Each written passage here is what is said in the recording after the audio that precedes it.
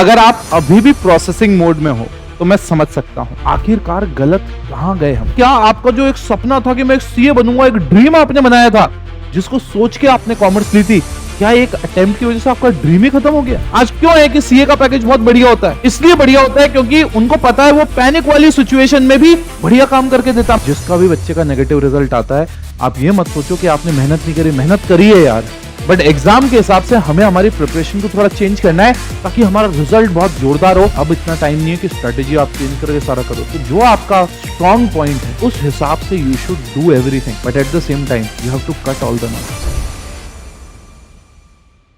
CA foundation के result आ चुके हैं एंड आपके इमोशंस अब तक सेटल हो गए होंगे। जिन लोगों का क्लियर हो गया है उन्हें दिल से कांग्रेचुलेशंस, बट ये वीडियो मैं उन बच्चों के लिए बना रहा हूं जिनका नाम उस 15% की लिस्ट में नहीं है। अगर आप अभी भी प्रोसेसिंग मोड में हो तो मैं समझ सकता हूं, बट थोड़ा तो आपका जो शौक है वो एब्जॉर्ब हो चुका होगा। तो यार अब शांत दिमाग से हम बैठते हैं, सोचते हैं और डिसाइड करते हैं कि हमारा अगला स्टेप क्या होना चाहिए। Before taking the discussion forward, let's first analyse institute का आखिरकार रिजल्ट रहा क्या। तो सबसे पहले अपन लोग देखते हैं कि सीए इंटर का क्या रिजल्ट रहा। तो गाइस इंटर और फाउंडेशन दोनों एनालाइज करते हैं। सबसे पहले आप देखो इंटर का रिजल्ट 13.22% रहा है भाई, और वहीं फाउंडेशन का आप देखोगे, फाउंडेशन का रिजल्ट रहा 15.09। अब आप एक चीज एनालाइज करने की कोशिश करो, अटेम्प्ट बाय अटेम्प्ट रिजल्ट क्या हो रहा है, एक नया बेंचमार्क लेके आ रहा है नीचे। फाउंडेशन में तो पहले आप देखो 18 to 22% के बीच में जा रहा था, एकदम से यहां पे 15% आ गया।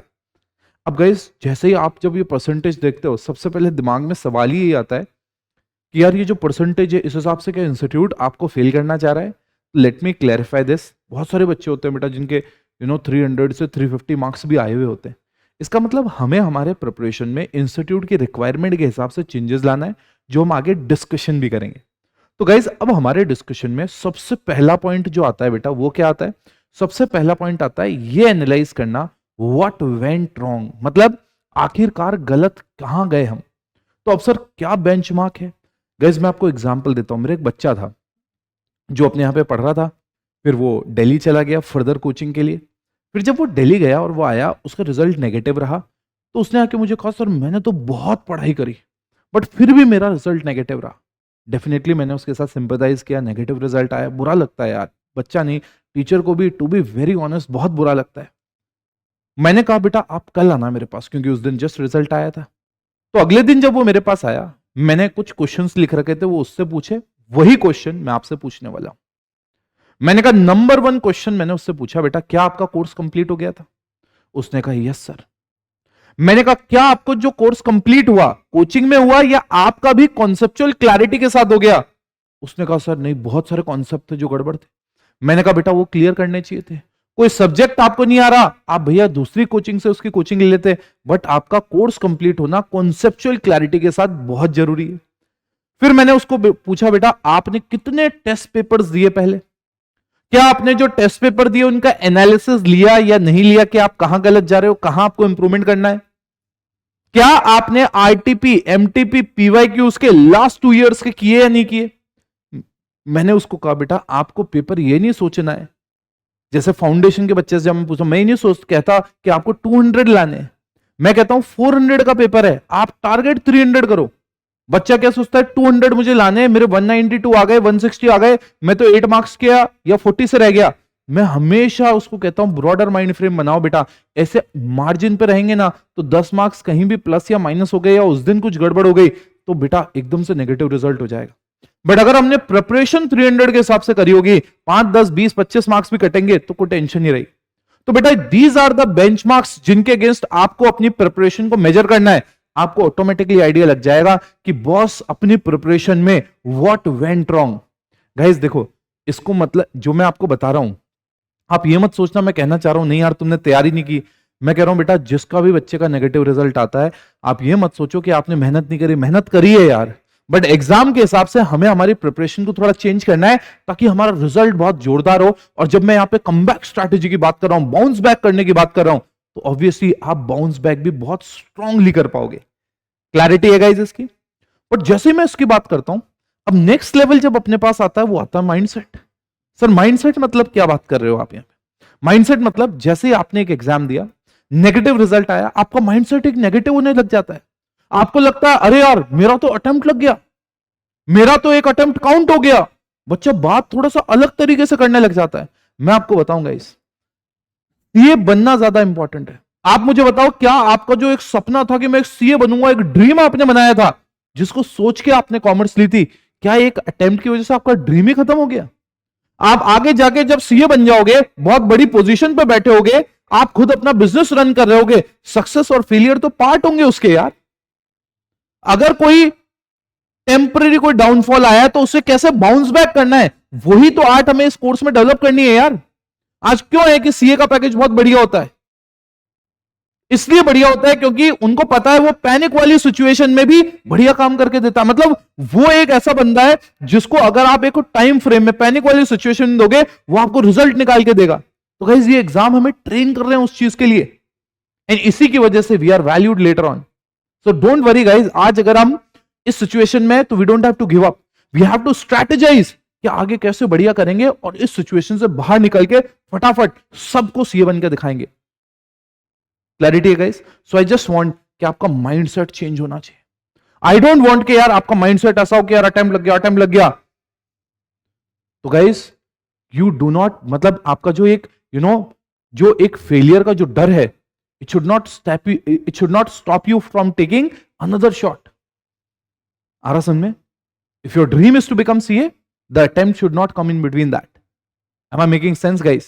सो गाइस माइंडसेट जैसे आपने शिफ्ट किया, उसके बाद अब हम अगले में चलते हैं जहां आपको प्लान करना है। मतलब देखो यार गाइस, जो हो गया सो हो गया, अब प्लानिंग करनी पड़ेगी आगे की।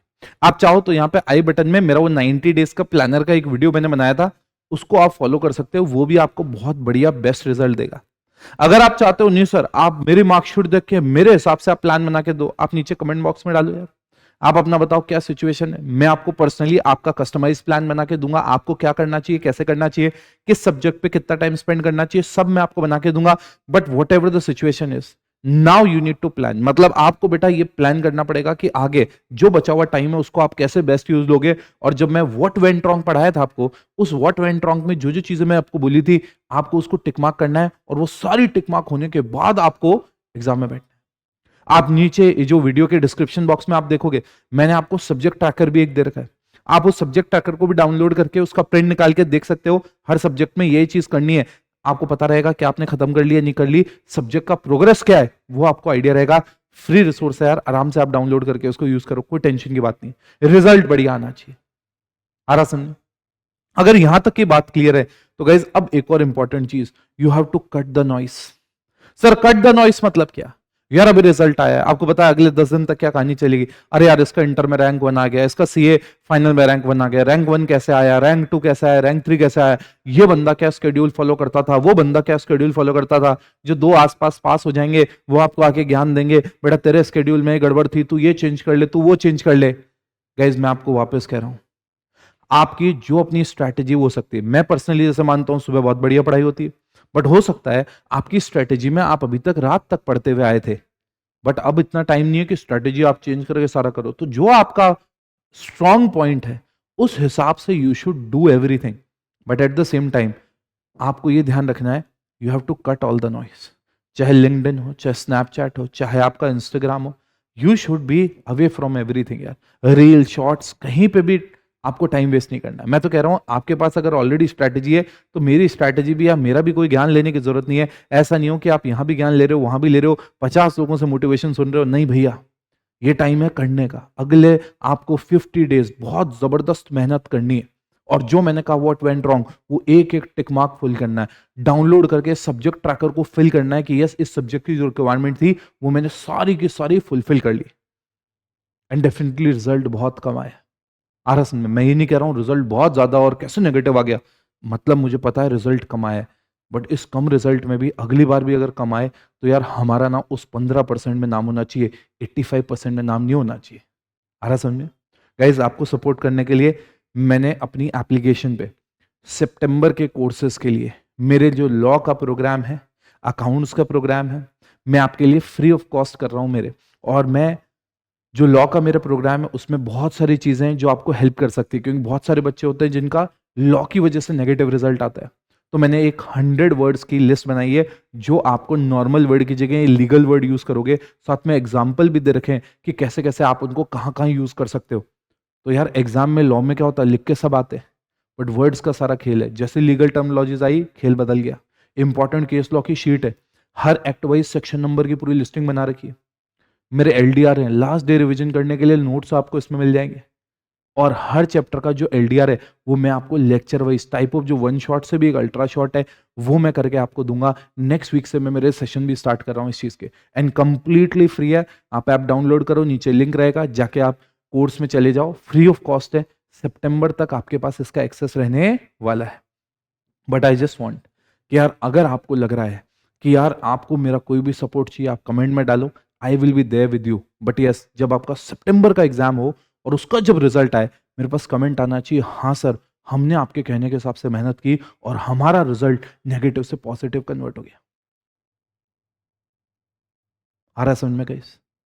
सो गाइस मिलते हैं पूरे के पूरे कोर्सेज में, इनमें फ्री ऑफ कॉस्ट है आपके लिए। जो आपको और सपोर्ट चाहिए देने को तैयार हूं, but make sure that you follow each and everything. See you on the other side next time in the 15% list. Till then, work hard and repeat every day. Bye bye.